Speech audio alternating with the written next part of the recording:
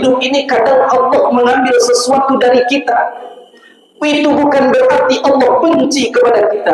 Boleh jadi karena Allah ingin melihat kadar keimanan dan keikhlasan kita. Siapa yang lebih engkau cintai, Allah atau dunia? Ma'asyiral muslimin rahimakumullah.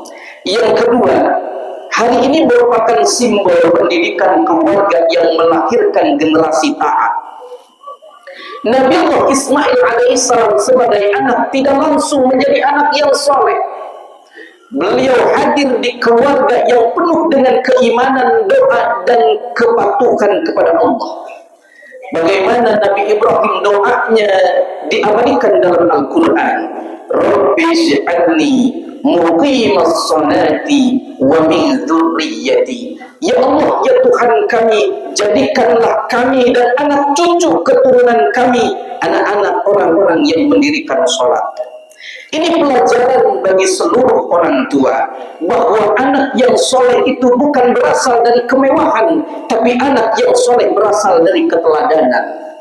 Boleh jadi saat ini banyak orang tua yang sibuk mempersiapkan warisan untuk anaknya, tetapi lupa mewariskan keimanan dan keteladanan kepada anaknya. Maka ini Nabi Ibrahim mengajarkan kepada kita bahwa pendidikan bukan sekadar perkataan yang terdengar, tetapi keteladanan yang terpancar. Kalau anak ingin taat, maka kedua orang tua harus rajin sholat. Kalau anak ingin terjaga, maka ayah bundanya yang harus lebih dahulu menjaga agama. Oleh karena itu, anak tidak hanya belajar dari apa yang ia disampaikan, tapi apa yang ia saksikan.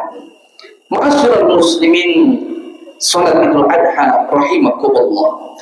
Yang nomor ketiga, kurban ini adalah simbol membunuh ego dan cinta dunia. Allah Subhanahu wa ta'ala menegaskan di dalam Al-Quran surat Al-Hajj ayat 37. Bismillahirrahmanirrahim. La yanalallaha luhumuha wa la dima'uha walakin yanaluhu taqwa minkum.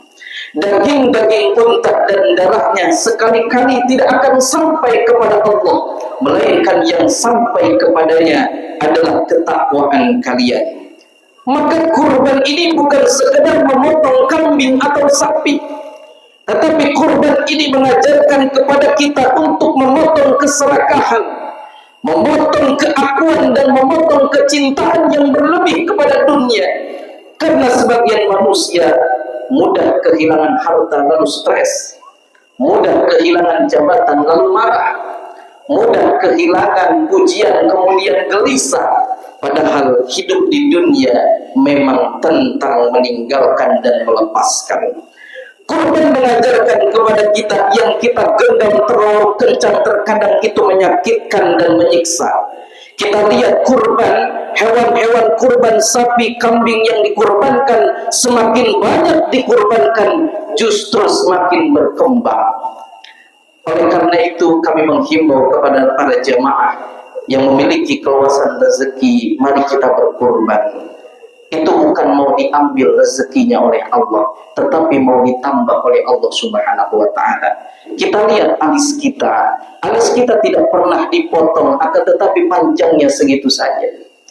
Melainkan rambut kita dipotong kemudian lebat dan tumbuh lagi, dipotong melainkan lebat dan tumbuh lagi. Artinya apa?